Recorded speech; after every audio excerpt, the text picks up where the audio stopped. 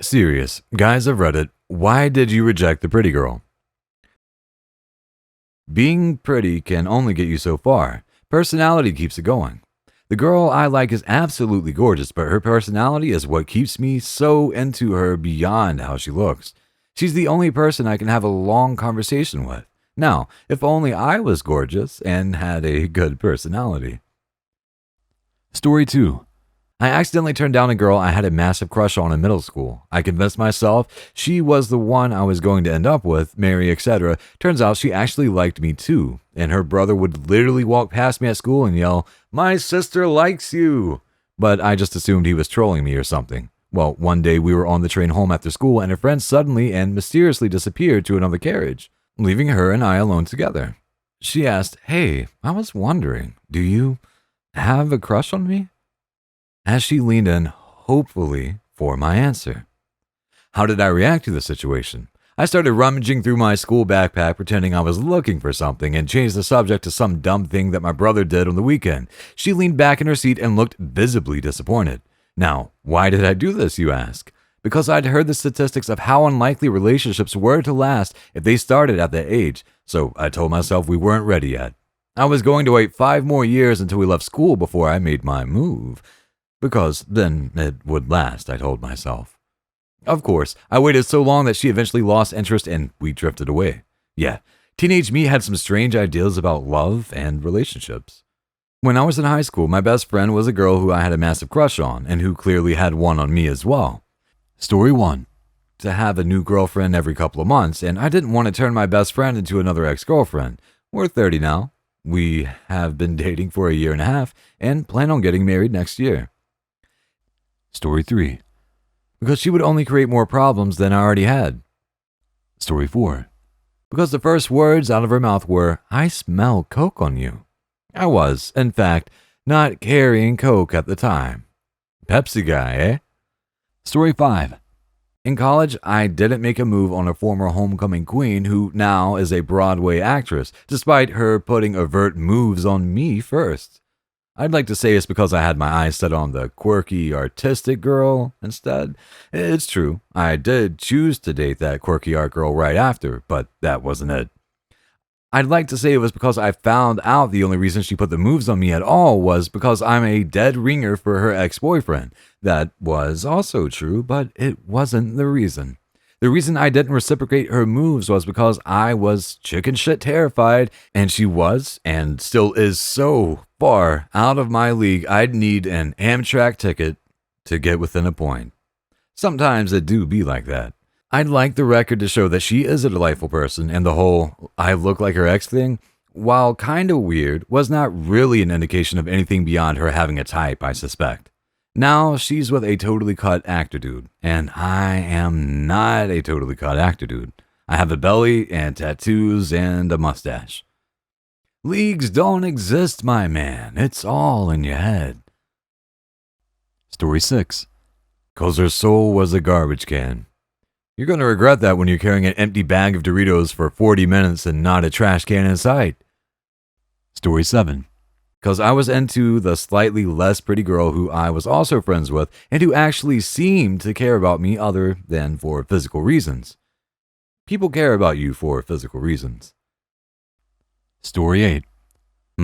I was going to go with the opposite of everyone else here. She was perfect, beautiful, fun, funny, loving, interesting, motivated, supportive, successful. Maybe not perfect, but her imperfections made her more lovable. How obsessive she would get over little things, her temper when defending me, her stubbornness in switching our meals at a restaurant if mine looked better. She taught me that even a 10 out of 10 woman is still a human being, with all the same insecurities and idiosyncrasies as everyone else.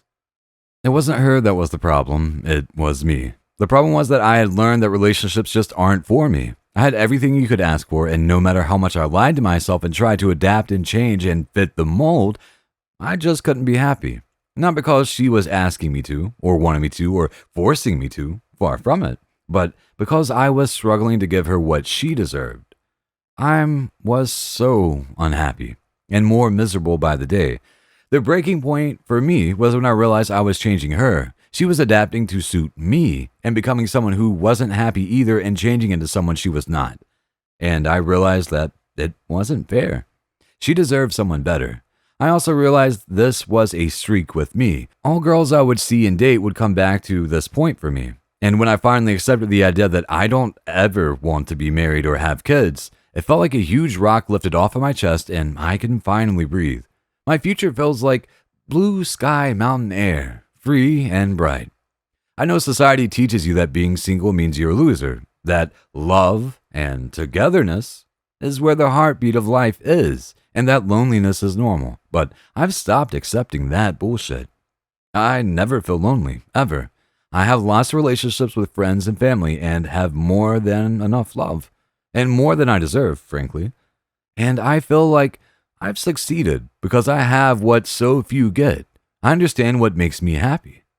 I think she's moved on now, and instead of being jealous or upset, I couldn't be happier. Because I loved that girl, and I want her to be happy, and I'm happy she's in a relationship that accepts her as she is and fulfills her needs. And I love being single. I know COVID is rocking people, and I'm sorry to hear it, but I feel like I'm so fortunate to be a person who is perfectly happy in his own company and never tire of it, and I never will. Story 9. I had a huge crush on this girl in high school, tried hanging out with her for close to a year, always hoping she would see me as something more than just a friend.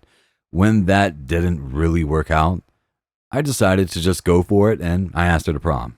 She didn't say yes right away, but she did say yes. I quickly figured out that she was going to prom because she was excited to go to prom, not because she wanted to go with me. I lost interest after that and started dating another girl. Interestingly enough, it was a girl that I danced with at that prom who told me while we were dancing that she really liked me. Are you still together? Story 10. I grew up in a summer resort town, and a girl my age would spend summers at a cottage in my neighborhood. She always had a boyfriend, like since she was 12, because she was an absolutely beautiful girl. We got along well in our teens and into college, but I wouldn't say that we had a flirty friendship or anything like that. I just always felt like she was out of my league, and also me and my brothers were good friends with her other siblings and cousins. Summer before my senior year in college, mid-90s, we met up for drinks with a few other people from our neighborhood. She casually mentions that she's broken up with a boyfriend a few weeks before, but I didn't really think anything of it. I noticed she kept cozying up to me and eventually asked me to walk her home. We kissed, and she told me that she had always liked me. And then we started dating just before going back to college.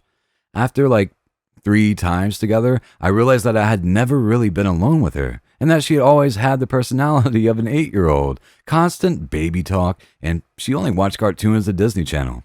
She was incredibly awkward around my friends, like non-functional in conversations. We had absolutely no common interest whatsoever. We couldn't even go to the movies together because she had trouble with anything above a PG rating.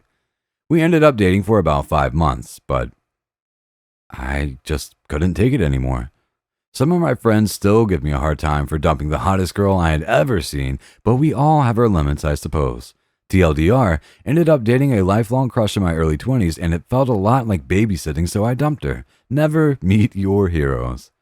That's what happens when you're in a constant relationships from a young age. I had an ex like that. We were 22, and she still acted like a 14-year-old. It's like Arrested Development. People need time to be single and improve themselves. Story 11. When I was in high school, one of the hottest girls jumped into my arms, kissed me, and asked me to be her boyfriend. I thought it was a joke and said no. I rejected her because I was an oblivious idiot. To all the teens that may be reading this, shoot your shot. If a girl or a boy you like is paying attention to you and you catch a vibe, stop thinking and go for it. We sincerely appreciate you taking the time to watch our YouTube video. If you find our content helpful and enjoyable, please click the subscribe button to stay updated on any new videos we share in the future. Thank you once again, and we hope to see you in our next upcoming videos.